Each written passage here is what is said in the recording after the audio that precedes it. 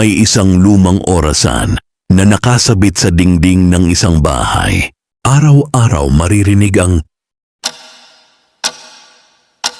hindi ito nagsasalita, pero parang may ipinapaalala sa bawat segundo habang ang mga tao ay abala sa kanilang buhay. Patuloy lang itong gumagalaw. May mga araw na puno ng saya, may mga araw na puno ng lungkot at problema.